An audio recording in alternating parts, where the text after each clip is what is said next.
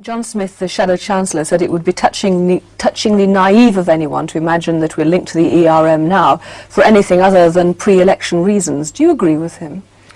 Timing is everything for the politician, and it's hard to complain of politicians who attend to timing. And to time such a thing, if it was going to be done, and one half of it was going to be done anyhow, and I'd like to come to that point, to time it just at this point was so obvious that almost too obvious. So it spoilt the Tories' chances in a sense, do you think, in the run-up to the Bournemouth conference? No, I think it's assisted their chances. You do? Chances of having a happy conference. Now you mentioned, I'll come back to that as well, Yes. you mentioned that you wanted to talk about it had already been decided, Well, this half of it had been decided. Well, there are two halves to the decision which was announced last week. One is to reduce the interest rate, and the other is entering the European exchange rate mechanism. Now these are completely separate, because the interest rate could be reduced by itself. That's a separate decision, and that's a decision which the Chancellor was able to take at any time. But Don't let them tell you that it's necessary to keep interest rates high in order to combat inflation. Inflation, it's true, was caused by taking interest rates down so low in 1987 that there was a flood of new money.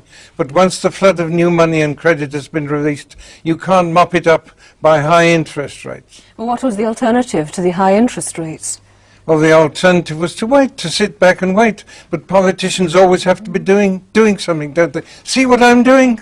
Look, no hands. Mm-hmm. So to come back to the Tory party conference and it being a happier affair now, why would it necessarily be a happy affair? In the short term, yes, sterling is soaring, shares are there, interest rates have come down, but that's the short term. In the long term, the Tories have still got to face up to the fact that, you know, there could be problems around the corner. Maybe they have, but a conference lasts a week, and people come to a conference wanting a good week, and this has helped them with the kick-off. Do you think it'll get them to the end result? That is, that they will win the election, because this has set the tone almost for a run-up to the election campaign. Well, I don't think that's a decision which would have been taken as yet.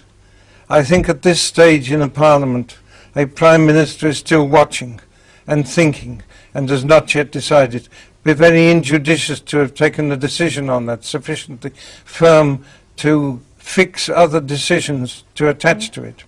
You in the past have been an implacable opponent, or you've pointed out the real concern behind getting involved in the European Monetary Fund.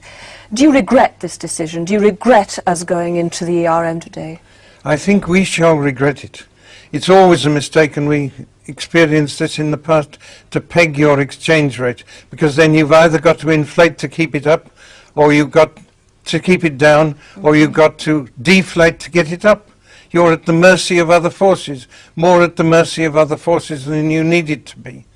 So it's not really, in my opinion, connected with European monetary and political union. Indeed, the Prime Minister may have decided upon it as part of a deal to help her in getting her way over that later on. That's very possible, that she's got this old commitment from around her neck and feels freer. Enoch Powell, thank you very much indeed. We say, and I ask you to say with us, lift up your voices in this great meeting in the heart of England, and to all the world a message: England lives and marches on.